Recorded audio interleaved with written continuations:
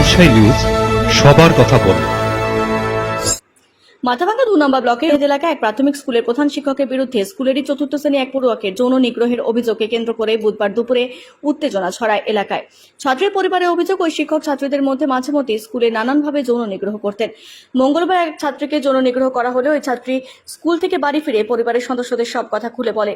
বুধবার ওই ছাত্রীর পরিবার এবং অন্যান্য অভিভাবক সহ স্থানীয় বাসিন্দারা একত্রিত হয়ে বিদ্যালয় চত্বরে জমায়েত হয়ে প্রধান শিক্ষকের শাস্তির দাবিতে বিদ্যালয়ে বিক্ষোভ দেখান। উত্তেজিত জনতা প্রধান শিক্ষককে বেধড়ক মারধর করে বলে অভিযোগ। খবর পেয়ে ঘটনাস্থলে পৌঁছায় ঘুকসাডাঙ্গা থানা পুলিশ উত্তেজিত জনতার হাত থেকে প্রধান শিক্ষককে উদ্ধার করে থানায় নিয়ে যায়। এই বিষয়ে স্কুলের সহ শিক্ষকদের প্রশ্ন করা হলে কেউই মুখ খোলেননি। স্কুল পড়ুয়ার পরিবারের পক্ষ থেকে অভিযুক্ত শিক্ষকের বিরুদ্ধে থানায় লিখিত অভিযোগ দায়ের করা হবে।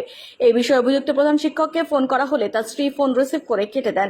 এই বিষয়ে 4 নম্বর সার্কেলের অবর বিদ্যালয় পরিদর্শক মেহবুব আলমকে ফোন করা হলে তিনি জানান, বিষয়টি জানা নেই, তবে এই ধরনের ঘটনা ঘটে থাকে তাহলে তার বিরুদ্ধে প্রয়োজনীয় ব্যবস্থা গ্রহণ করা হবে।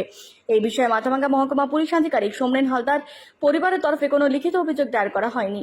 অভিযোগ পেলে ঘটনা তদন্ত শুরু করা হবে। উত্তেজিত জনতার হাত থেকে পুলিশ প্রধান শিক্ষককে উদ্ধার করে থানায় নিয়ে আসে।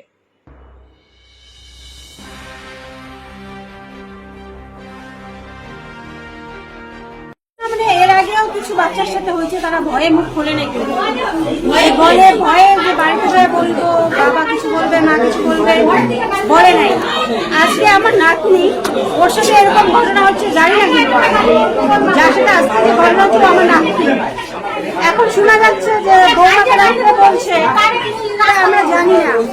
আজকে বাড়ির থেকে শুনতেছি নাতনি আমার স্কুলে বাজারে দৌড়ে কান্দে কান্দে কি হয়েছে যে স্যার আমার সাথে এরকম করে। কি করে?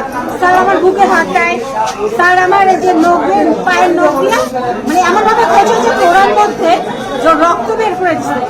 একটা সামান্য পারে না, তাহলে এই যে এরকম যে করছে। তারপরে আজকে কিছু বাচ্চা বললো যে কাকি যে স্যার না আমার শাকের ভিতর দিয়ে আমার বুকে টিপা ধরে। এটা কি একটা ন্যায্য কথা হলো? আমরা এই স্যার স্কুলে চাই না, আমরা অন্য স্যার চাই, এই স্যার আমরা এখানে চাই না। এই স্কুলের হেড স্যার? হ্যাঁ। আচ্ছা, আজকে কয়েকটা বাচ্চার সাথে এরকম হচ্ছে।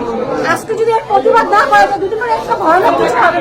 আমরা ভয়ানক কিছু আগে এটা সমাধান চাই। আমরা কোনো ছাত্র যদি এই স্যার না চাই তো আমরা স্কুলে পাঠাবো। ওখানে অনেক মায়েরা আছে, এই স্যার আমরা চাই না। এই স্যার বদলি চাচ্ছি, এই স্যার আমরা চাচ্ছি না। শাস্তি লাগবে, কঠিন শাস্তি, একদম কঠিন এই স্যার আমরা কঠিন শাস্তি চাচ্ছি, কঠিন শাস্তি চাই আর বদলি। এই টিচার চাচ্ছি। ঠিক আছে, বলেন। মানে কি, ও বাড়িতে কালকে গেছিল, যাওয়ার পরে জামা যখন চেঞ্জ করে তখন ওর পায়ে আমি কাটা দেখি। কাটা দেখার পরে আমি জিজ্ঞেস করছি যে এটি কিসের জন্য কাটা গেছে। ও বললো কি যে বলবি না তো বাবাকে? আমি না বলবো না। তখন আমাকে বললো স্যারে আমাকে চিমটি কাটছে। হ্যাঁ, তো আমি চিমটি কাটার জন্য তো না, এর আগের বারে ওর বুকে 3-4 বার হাত দিছে। হ্যাঁ, আমাকে বললো এর আগের বারে বুকে আমার 3-4 বার হাত দিছিল, আমি ভয়ে বলি নাই। তো কালকে আমাকে চিমটি কাটার পরে আমি ম্যামকে বলছিলাম, তিনটা ম্যামকে বলছিলাম যে ম্যাম আমাকে এরকম এরকম করছে। তো আমি বললাম কি ম্যাম করছে কি স্যার বলছিল, স্কুলের হেড হ্যাঁ স্যার? হ্যাঁ হেড স্যার বলছিল। তারপরে ম্যামগুলো বলছে যে বাড়িতে যেয়ে বলতে লাগবে না, হ্যাঁ তোর মা বাবাকে বলবি না, আমরা মানে অ্যাকশন নিব। তো আমি বলছি কি ম্যামগুলোকে বলতে তো হবে না, আমাদেরকেও তো বলতে লাগবে না। এর আগের বারও কিন্তু ওর গায়ে হাত দিচ্ছিল। আরো মেয়ে আছে, আরো অনেকগুলো মেয়ে আছে, এখানে মেয়েগুলো আছে, ডাকলে পাবেন। আচ্ছা, দেখছি যখন জামা ওর চেঞ্জ করে দেয় তখন ওরা পায়ের মধ্যে দেখছি এই জায়গায় কাটা আছে। তখন দেখছিলাম কাটাটা, তখন আমি জিজ্ঞেসছিলাম। খারাপ ভাবে দেখছি, এটা তো খারাপ ঘটনায় না। এখন যদি ওর বাড়িতে যদি একটা মেয়ে থাকতো তাহলে তো এরকম বলে তো ও একটা অ্যাকশন নিত না। খারাপ হবে এটা তো ভালো কাজ না। ছাত্র এখন বলতেছে যে আমি আদর করছি, আদর তো ওর পায়ের মধ্যে হয় না। না ক্ষমা চাইলে তো ক্ষমা হবে না, উচিত বিচার চাই ওর।